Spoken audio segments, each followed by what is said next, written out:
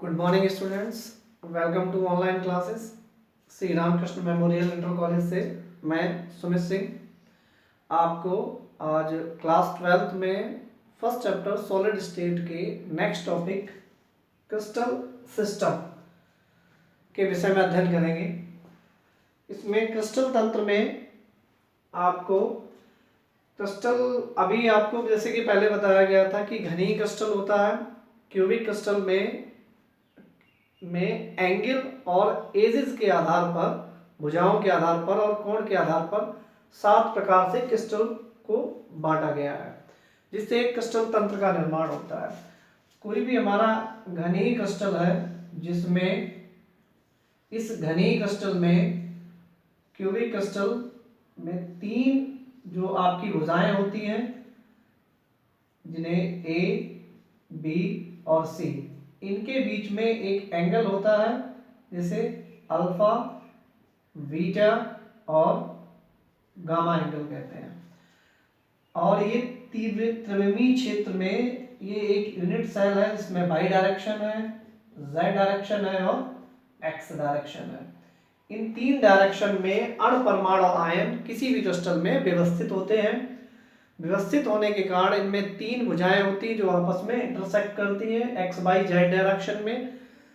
और इसमें भुजा ए, बी और सी है जिनके बीच में जो एंगल बना हुआ है, अंतः कोण जो है वो क्या है, अल्फा, बीटा और गामा। इन भुजाओं और एंगल के आधार पर क्रिस्टल को 7 वर्गों में बांटा गया है।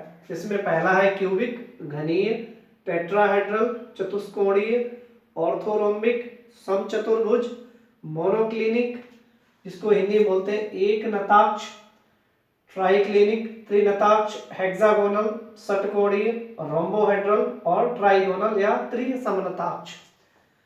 तो इनके आधार पर ये क्रिस्टल कैसे डिवाइड किए गए, एक्सियल एज होती है, भुजा है ए, बी और सी, एंगल होता है अल्फा, बीटा और गामा। इनके आधार पर 7 प्रकार के क्रिस्टल बताए गए हैं जिससे मिलकर एक क्रिस्टल तंत्र का निर्माण होता है। तो क्यूबिक में जो कंडीशन होती है वो क्या होती है, ए भुजा बी के बराबर होती है और बी भुजा ए, बी, सी तीनों भुजाएं एक दूसरे के इक्वल होती है। और इसमें अल्फा, बीटा और गामा तीनों एंगल जो होते हैं वो कितने होते हैं, 90 डिग्री होते हैं। ए, बी, सी जो भुजाएं आपस में तीनों बराबर होती है, अल्फा, बीटा और गामा तीनों 90 डिग्री के होते हैं। दूसरा है और इसका एग्जांपल है NaCl, टेट्राहेड्रल चतुष्कोणीय। इसमें क्या होता है, ए भुजा बी के बराबर होगी लेकिन बी भुजा सी के इक्वल नहीं होगी, ए भी बराबर होगी लेकिन सी डिफरेंट होगी। इसी प्रकार लेकिन इसमें जो एंगल होगा अल्फा, बीटा और गामा तीनों कितने होंगे, 90 डिग्री के होंगे। अल्फा, बीटा और गामा तीनों 90 डिग्री के होंगे।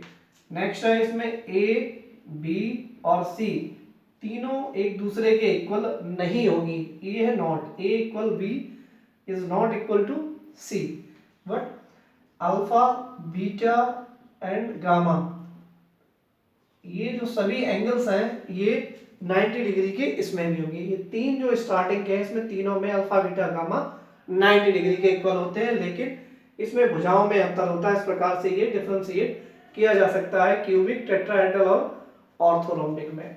नेक्स्ट है मोनोक्लिनिक। मोनोक्लिनिक में भी ए, बी और सी तीनों इक्वल नहीं होती हैं, लेकिन इसमें एंगल में डिफरेंस होता है।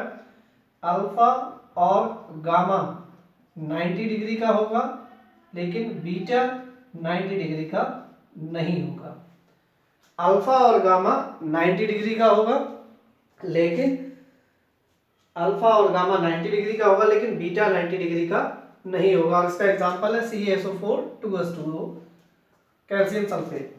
ट्राइक्लिनिक में क्या होगा, ए, बी और सी, ए, बी और सी तीनों इक्वल नहीं होंगे ट्राइक्लिनिक में।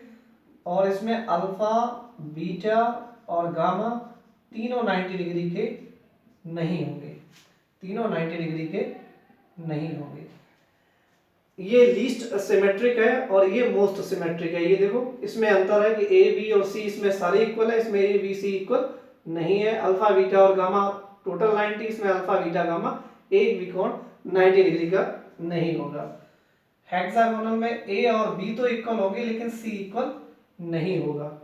इसमें अल्फा बीटा और गामा के बीच में जो एंगल होगा उसमें अल्फा और बीटा 90 डिग्री का होगा, अल्फा और बीटा 90 डिग्री का होगा, लेकिन गामा 90 डिग्री का नहीं होगा, या फिर आपका 120 डिग्री का होगा, 120 डिग्री का। पहले वाले में बीटा 90 नहीं है, दूसरे वाले में आपको गामा 90 नहीं होगा। और लास्ट है रोम्बोहेड्रल। रोम्बोहेड्रल में आपका ए इक्वल बी इक्वल सी, ए इक्वल बी इक्वल सी तीनों इक्वल होंगे, लेकिन इससे कैसे डिफरेंस होगा, alpha is equal beta is equal gamma is not 90। इसमें तीनों कोण 90 डिग्री के होते हैं, इसमें तीनों एंगल 90 डिग्री के नहीं होंगे। अगर आपको रिवाइज करना हो, इसको लर्न करना हो, तो इसका एक सिंपल वे है कि आपको इस वे में याद होना चाहिए। इस वे में याद कर लो क्यूबिक।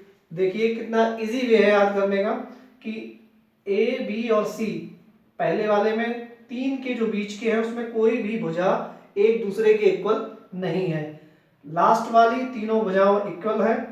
इस वाले में ए और बी इक्वल है लेकिन सी इक्वल नहीं है, इसमें भी ए भी इक्वल है लेकिन सी इक्वल नहीं। ये दोनों सेम है, ये तीन सेम है, और ये बाहर वाले अपोजिट वाले ये सेम है। एंगल अगर देखना हो तो तीन ऊपर वाले सभी 90 डिग्री के हैं, आप 90 डिग्री लिख लो, alpha beta gamma 90, alpha beta gamma 90, alpha beta gamma 90 degree. पहले वाले में अल्फा और गामा 90 है, लेकिन पहले बीटा आता है तो बीटा 90 नहीं है, बाद में गामा 90 नहीं है। लास्ट वाले में इसका अपोजिट है, इसमें अल्फा बीटा और गामा सभी 90 डिग्री के हैं, तो इसमें अल्फा बीटा और गामा सभी 90 डिग्री के नहीं होंगे, और ये इनके एग्जाम्पल है। तो ये एक क्रिस्टल तंत्र है जिसको याद करना होगा। अगर आपको सीरीज से याद है तो ये पैटर्न फॉलो कर सकते हैं जो एग्जाम में पूछा जाता है। 1 नंबर का जो क्वेश्चन आता है ऑब्जेक्टिव में, कंडीशन देके आता है कि ए बी और सी इक्वल है तथा उनके बीच में जो एक्सियल एंगल है अल्फा बीटा और गामा 90 डिग्री है। अगर 90 डिग्री है तो ये बताओ कौन सा क्रिस्टल है, तो वो कौन सा होगा, क्यूबिक। एक ट्राइक्लिनिक ये पूछा जाता है कि क्योंकि ये आपका लीस्ट सिमेट्रिक है और ये मोस्ट सिमेट्रिक है, क्योंकि इसमें सभी भुजाएं बराबर है और सभी एंगल इक्वल है, इसमें कुछ भी A B C not equal है। और इसमें आपका अगर पूछा जाता है कि मोस्ट सिमेट्रिक तो होगा क्यूबिक, आंसर क्या होगा, क्यूबिक। अगर लीस्ट सिमेट्रिक क्रिस्टल है तो वो होगा ट्राइक्लिनिक। ये मेन एग्जांपल है जो एक दूसरे के अपोजिट है, क्यूबिक और ट्राइक्लिनिक के बीच में। इस तरीके से ये क्रिस्टल सिस्टम है टोटल। Thank you.